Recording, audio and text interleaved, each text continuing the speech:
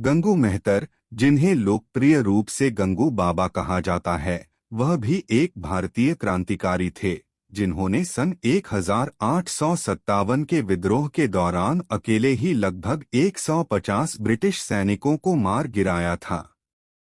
हालांकि 1878 में उन्हें ब्रिटिश सैनिकों द्वारा घोड़े से बांधकर घसीटते हुए कानपुर तक ले जाया गया। इसके बाद चुन्नीगंज में उन्हें फांसी दे दी गई। आजादी के गुमनाम सिपाही गंगू मेहतर सैकड़ों अंग्रेजों को मौत के घाट उतारा था। ब्रिटिश हुकूमत खाती थी खौफ।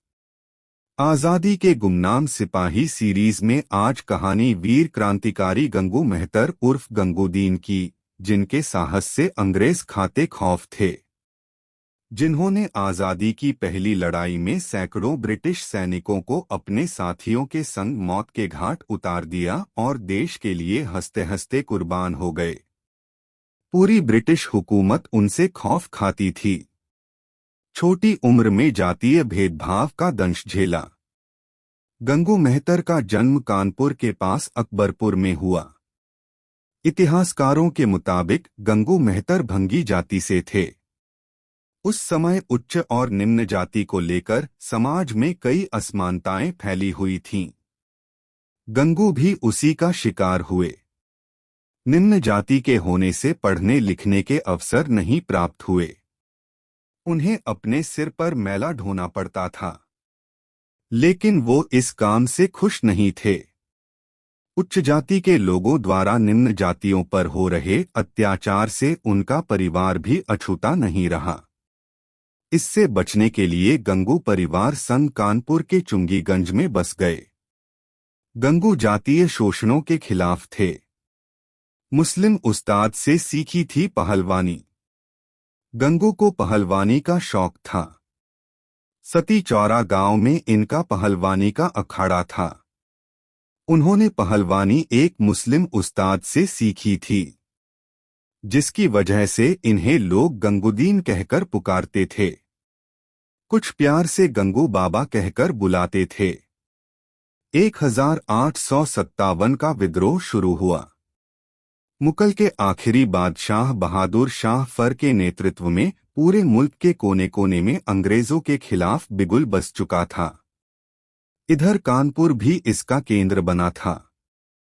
नाना साहब की तरफ से स्वतंत्रता संग्राम में लड़े।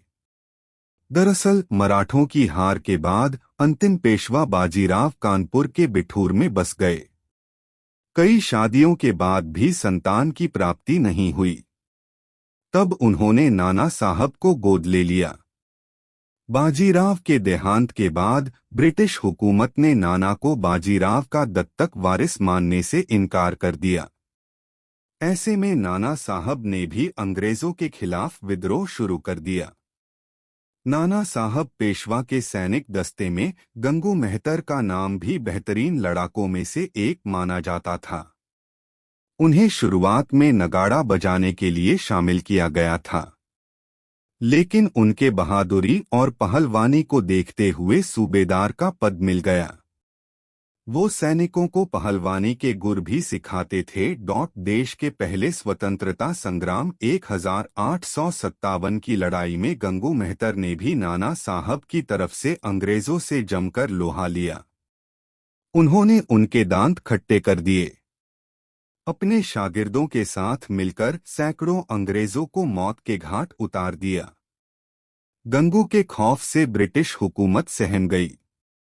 एक रिपोर्ट के अनुसार 200 से ज्यादा अंग्रेजी सैनिकों की मौत से ब्रिटिश हुकूमत बुरी तरह सहम गई। वीर गंगू मेहतर का खौफ उनके दिलों में बस गया, जिसके चलते वो हर हालत में गंगू को जिंदा पकड़ना चाहती थी, ताकि उन्हें सबके सामने सजा दे सकें। उधर गंगू मेहतर अपने घोड़े पर सवार होकर ब्रिटिश सेना का बड़ी बहादुरी से मुकाबला किया, जिसके बाद ही उन्हें गिरफ्तार किया जा सका।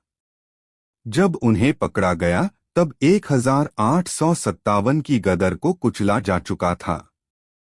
पकड़ने के बाद गंगू मेहतर को अंग्रेजों ने घोड़े से बांधकर पूरे शहर में घुमाया था।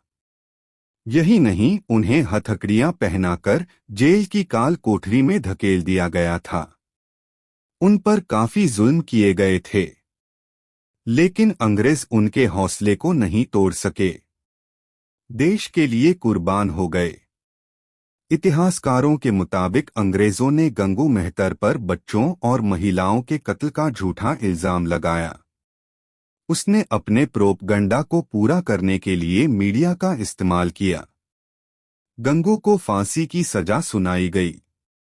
कानपुर में 8 सितंबर 1859 को गंगू मेहतर को फांसी की सजा मुकर्रर थी।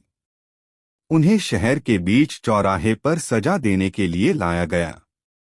गंगू अंग्रेजों के काफी जुल्मों सितम सहने के बावजूद हंसते हुए देश के लिए कुर्बान होना चाहते थे। उनके माथे पर बिल्कुल भी शिकन नहीं था। वो खुशी खुशी हुए देश के लिए कुर्बान हो गए। कहते हैं गंगू ने अंतिम समय तक ब्रिटिश हुकूमतों को ललकारा और कहा था, भारत की माटी में हमारे पूर्वजों का खून व कुर्बानी की गंध है। एक दिन यह मुल्क आजाद होगा।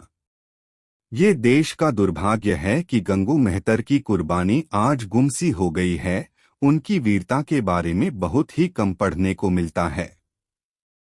आज महान आजादी के सिपाही गंगू मेहतर भले ही हमारे बीच नहीं हैं, लेकिन इतिहास में उनकी कुर्बानी को भुलाया नहीं जा सकता। उन्हें किताब के कुछ पन्नों तक गुमनाम के तौर पर नहीं छोड़ा जा सकता।